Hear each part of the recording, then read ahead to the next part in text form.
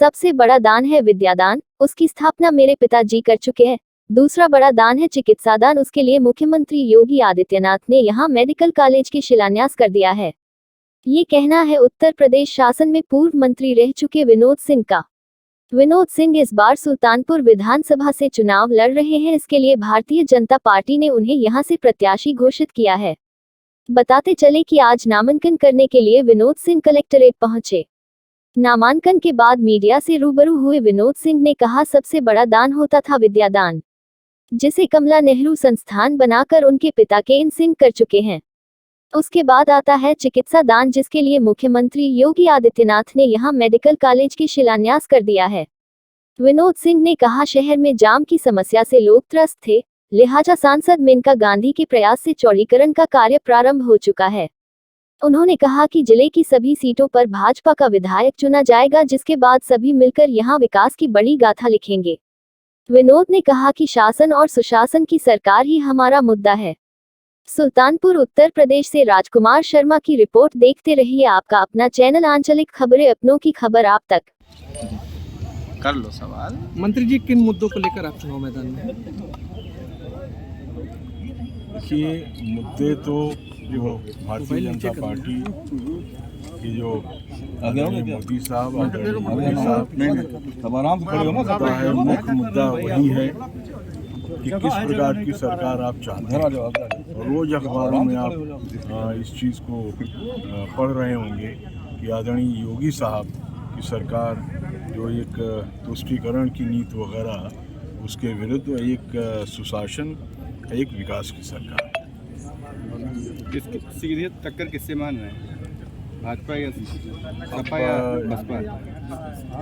इस तरीके की एस्ट्रोलॉजी यानी ज्ञान तो नहीं है कि किससे, ये तो आप लोग बेहतर बताएंगे। भारतीय जनता पार्टी के ही विधायक थे सदर से। भारतीय जनता पार्टी का उत्तर प्रदेश में किसी से कोई मुकाबला नहीं है, जिसका एक ज्वलंत उदाहरण है कि 2017 में जब चुनाव हुआ था और प्रचंड बहुमत भारतीय जनता पार्टी का आया था, तो कोई नहीं, किसी को नहीं मालूम था।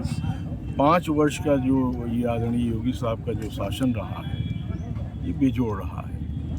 और ये पूरे उत्तर प्रदेश से जो खबरें आ रही हैं कि पिछली बार से ज़्यादा हमारे जो भारतीय जनता पार्टी के वरिष्ठ हैं वो इस बात को कह रहे हैं और मान रहे हैं, और जनता जो सोच रही है उसी का एक ये। आप मंत्री रहे हैं, क्या मानते हैं यूपी में भाजपा कितनी सीटें आएंगी? अब इसका मूल्यांकन तो आप लोग से बेहतर कौन कर सकता है। फिर भी आप साथ के बाद स्वतंत्र प्रभार मंत्री रहे हैं। 403 का, मैं सुल्तानपुर में रहकर 403 का आंकड़ा कैसे आपको दे सकता हूँ, आपसे बेहतर कौन जानता है। आपकी वर्तमान में सरकार थी और यहाँ 188 से आपके ही विधायक थे, उनके द्वारा क्या कमियां रह गई थी जिनको आप पूरा करेंगे? नहीं, कमी का प्रश्न। तो काम उपलब्धि क्या थी जो उनके द्वारा, उपलब्धियां क्या थी जो उनको आप भुनाएंगे चुनाव में? ये भारतीय जनता पार्टी का, जैसे प्रवीण जी हमारे साथ खड़े हैं, ये मेरा सौभाग्य है कि आपने इस 188 विधानसभा सुल्तानपुर से आपने कहा कि भाई प्रत्याशी मतलब प्रत्याशा में।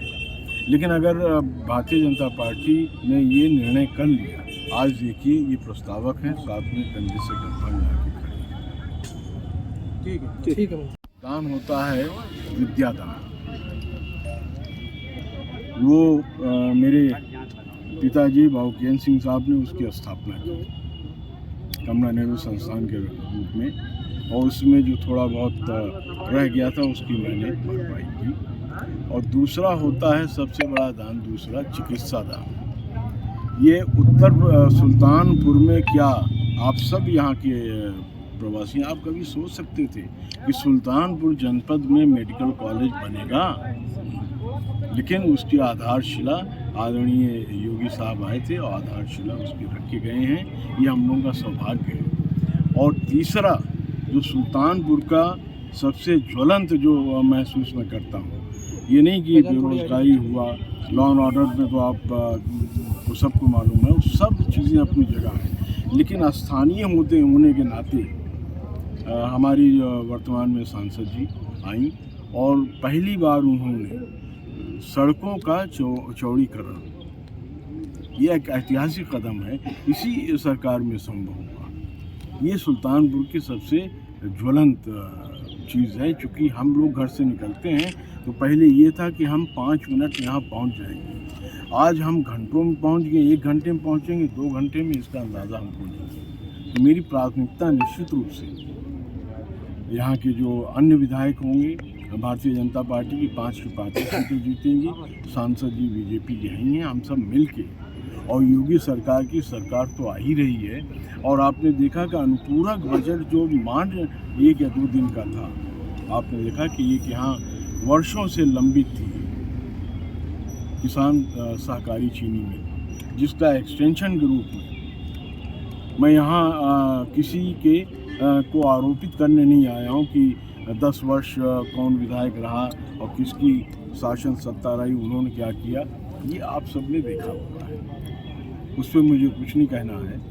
लेकिन प्राथमिकता ज़रूर ये होगी कि सुल्तानपुर में ये जो जाम की व्यवस्था है, ये जो ट्रैफिक कंजेशन है, इसको किस तरीके से हम कम कर सकते हैं। जैसे लखनऊ का एक उदाहरण है, ये योगी सरकार ने और ये आदरणीय हमारे बीजेपी के वरिष्ठ नेता राजनाथ सिंह ने, आपने देखा होगा शहीद पथ से भी काम नहीं चला, उन्होंने किसान पथ की व्यवस्था चल रही, वो भी मेरे ख्याल से आने वाले कुछ महीनों में, 1 साल में पूरा हो जाएगा। तो उसी तरीके का वहाँ से प्रेरणा लेते हुए भारतीय जनता पार्टी की सरकार बनेगी, योगी जी की सरकार